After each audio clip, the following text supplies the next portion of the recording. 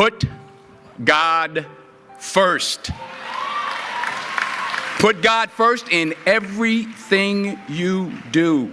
Everything that you think you see in me, everything that I've accomplished, everything that you think I have, and I have a few things, everything that I have is by the grace of God. Understand that. It's a gift.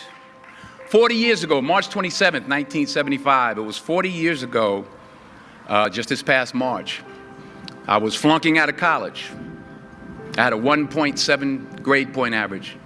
I hope none of you can relate. I had a 1.7 grade point average. I was sitting in my mother's beauty parlor, and I'm looking in the mirror, and I see behind me this woman under the dryer. And every time I looked up, she was looking at me, just looking me in the eye. And I didn't know who she was, and I said, she said, somebody give me a pen, give me a pencil, I have a prophecy.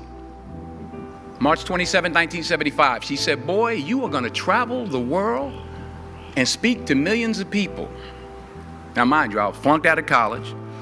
I'm thinking about joining the army. I didn't know what I was gonna do, and she's telling me I'm gonna travel the world and speak to millions of people. Well, I have traveled the world, and I have spoke to millions of people.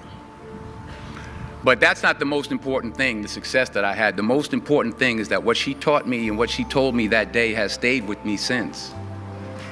I've been protected, I've been directed, I've been corrected. I've kept God in my life, and it's kept me humble. I didn't always stick with him, but he always stuck with me. So stick with him in everything you do. If you think you want to do what you think I've done, then do what I've done and stick with God. That's the only way to live, putting God first. Much of what I teach at mastercommunicating.com came from my years as an ordained pastor, preaching hundreds of sermons and teaching thousands of lessons. If you'd like to learn more about communication and public speaking, join me at mastercommunicating.com.